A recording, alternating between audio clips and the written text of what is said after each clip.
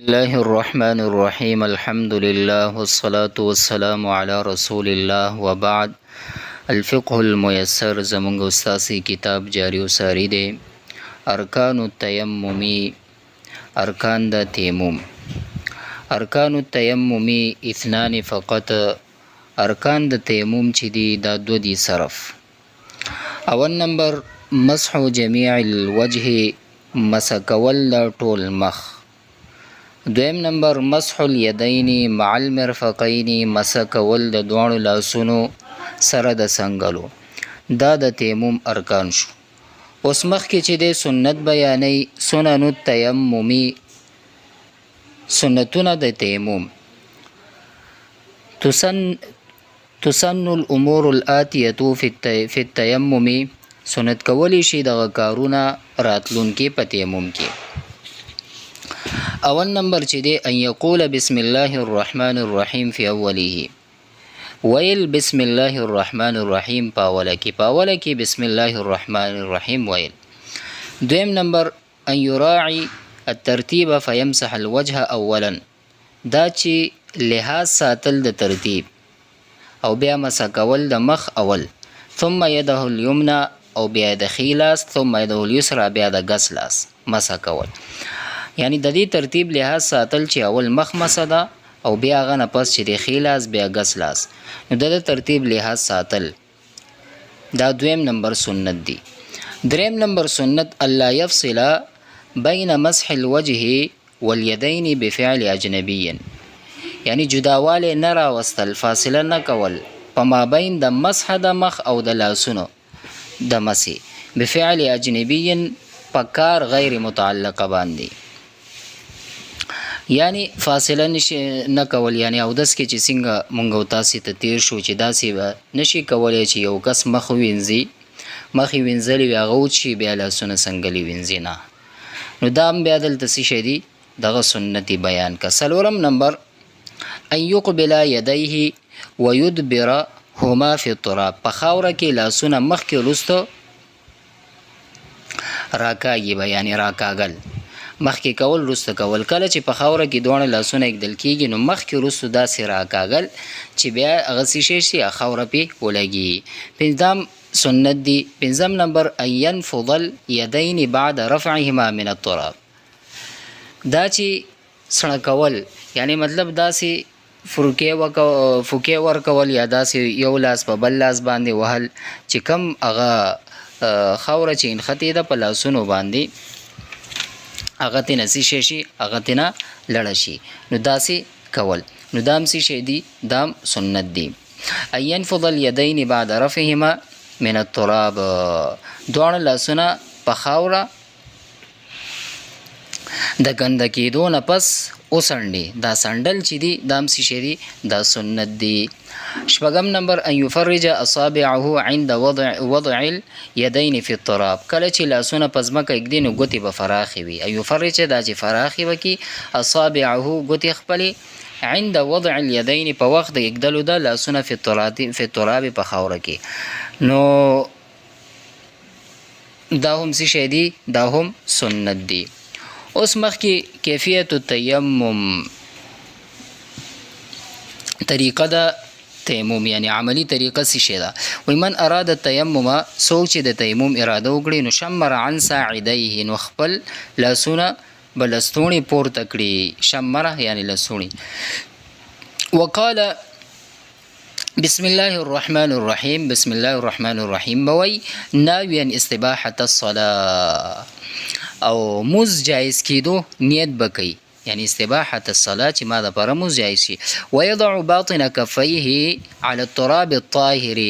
او دواړه ورغوي داخل حصه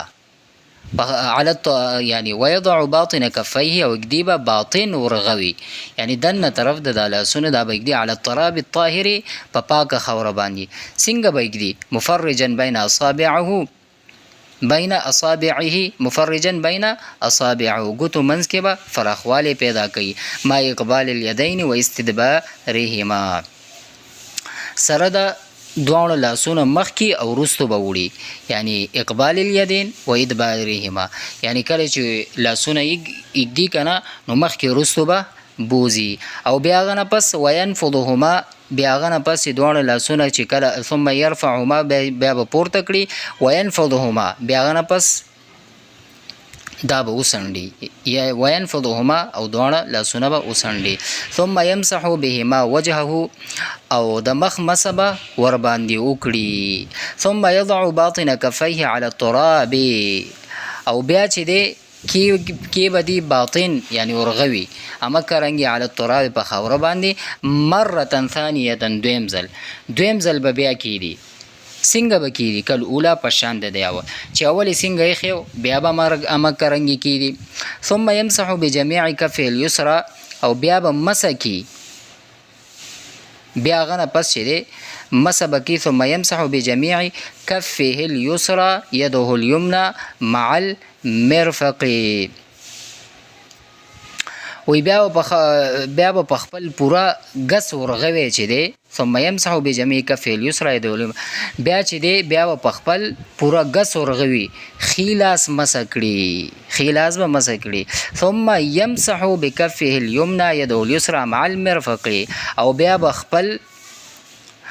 خپل پورا خي ورغوي غس لاس به مسکړي کمزي پوری مع المرفق یعنی سنگلو سره تل سنگلو پورې سنگل او پکې څه شی وي دا به داخل وي. فقط کمو لتیمم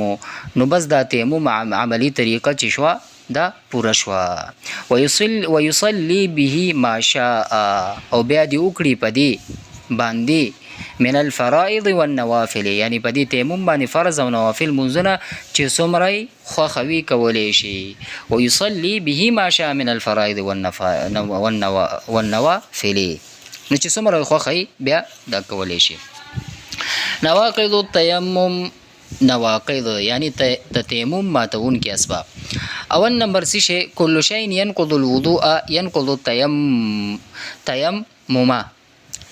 كذلك وی هر هغه شیز ماتونکي کم چې او دس ماتوي نو کل شی ينقض الوضوء چې ماتي او دس لره هر هغه شی ينقض التيمم كذلك دا کرانګي ماتي تیمم لره یعنی چې په کم شیانو باندې او دس ماتیږي نو په هغه شیز باندې تیمم ماتیږي. دویم نمبر القدرة على استعمال الماء وزوال العذر الذي اباح له التيمم من فقد ماء او خوف عدو او خوف مرض ونحوه. او القدرة قدرت قادر کېدل على استعمال الماء په استعمالولو د اوبو وزوال العذر ختمېدل د عذر الذي هغه اباحه له التيمم چې مباح شوی او جایز شوی د لپاره تیمم من فقد ماء د اوبه نه موندلو یعنی اوبه نشو استعمالولی نو اوس اوبه شته هغه عذر ختم شو نو اوس دی چې د تیمم مات شو دا به اوس اودس کوي. او خوف عدو یا د دشمن یاره او خوف مرض یا د مرض یاره او نحوی په شان ده دی. که یو کس سره د اوبه موجود وي لیکن هغه ناجوړه وي نو دا اوبه استعمال د مرض زیاتو ویره وي چې دا به زما مرض په دې باندې زیات شي یا د شفا حاصلولو کې به تاخیر امکان وي چې ممکنه ده چې زه دا اوبه استعمال کما او زه بیا ډیر نه وخته جوړ شم یا مسافر یا به ورسره نو په داسې صورت کې داسې کس دپاره څه شی کول دي تیمم کول جایز دي. دغه ټول مسایل په تیر دروسو کې ذکر دي. او دلیل لپاره وان کنتم مرضى وعلى سفر دا د قرآن عظیم شان آیت دی. فروع تتعلق بالتيمم د تیمم متعلقه چې دي دغه فروع یعنی جزئیات د تیمم متعلق. من تیمم لصلاة الجنازه چا چې تیمم کړو د جنازي مز د پاره او له سجده التلاوت یا د سجده تلاوت د پاره یصح له سید د پاره ان يصلي دا چې منځ کې بذلک تیمم پدې تیمم باندې دا کولې شي ی صلات ان شاء چې کوم مز د خوخوي. من تیمم لدخول المسجد چا چې مسجد داخلو د لپاره تیمم وکړو نو لا يجوز له ان يصلي جایز نه دي د لپاره چې دا منځو کې بذلک تیمم پدې تیمم باندې. من تیمم لزیارت القبور چا چې تیمم وکړو یعنی زیارت قبور د پاره د قبرستان د داخلو د پاره او لدفن المیت یا د مړي دفن کولو د پاره نو لا يجوز له جایز نه دغه د پاره ان يصلي بذلك تیمم چې د موضوع کې پدې تیمم باندې یعنی پدې تیمم باندې د کس لپاره دغه جایز نه دی ښا.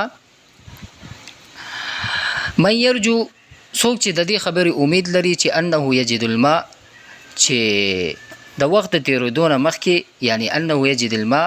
دا به مونده کې اوبه قبل خروج الوقت د وخت تیریدونه مخکې. نو یستحب د لپاره څه شی دی؟ مستحب دی ان یؤخر التیمم چې دا به تیمم لره مؤخر کی. دلته صورت د مسلې دا بیانېږي یو کس ته هغه د ګمان دی یعنی هغه بس زبه اوبه مونده کم نو هغه د لپاره پکار دی چې مؤخر کی دغه تیمم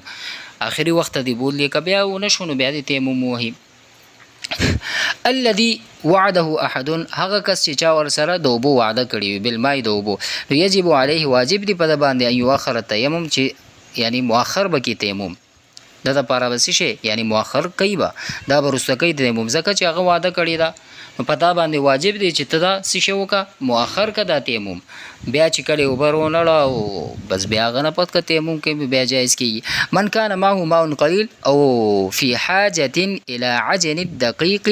يعجن الدقيق بالماء وی من کان معه ما چا سره چوي اوبه قليل لك وهو في حاجه الى عجن الدقيق نو هغه اورخ کلو ته ضرورت لري نو هغه څه شي کوي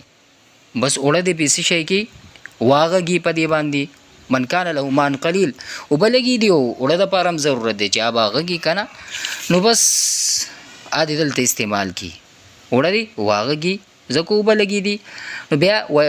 موز د پاره بس شي کوي موز بم کو نو موز د پاره به دا کوي چې وایته مو للصلات موز د پاره بس شي وکي تیمم وکي.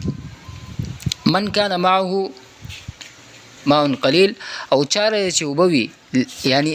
ماء قلیل وي وبلګي وي او وهو في حاجه الى طبخ مرق او د اغه د پاره یعنی ضرورت وي د کټوي په خولو د پاره یعنی د شوروا په خولو د پاره نو دا بس شي کوي نو يتوضا بالماء او دس پکې په دی وبو باندې ضرورت خو نشته بس کټوي په خې دومره وکړي چې گزاره دی پیوشه خوروا پکې مزه آتا نو بو تس شي بکې یعنی ته خوروا جوړې نو خوروا په زیت او دسو کا تیمم مکوا نو دې دلته بیان جایز کیږي ها. نو ولایت بخل المرق یجب شوروا دی نه بخي نو یجب طلب المخا تو شوروا دی نه بخي نو زل دبل مسله بیانې یجب واجبیږي یجب واجبیږي طلب الماء طلب دوبه من رفیقه د ملګری خپلنا الذي هغه معه الماء چې هغه سره وبوي هغه سره وبوي یعنی مطلب صورت د مسلې به داسې جوړ کو چې دوه کسان دي ملګری دی هغه روان دي په لار کې نو یو کس سره وبشتا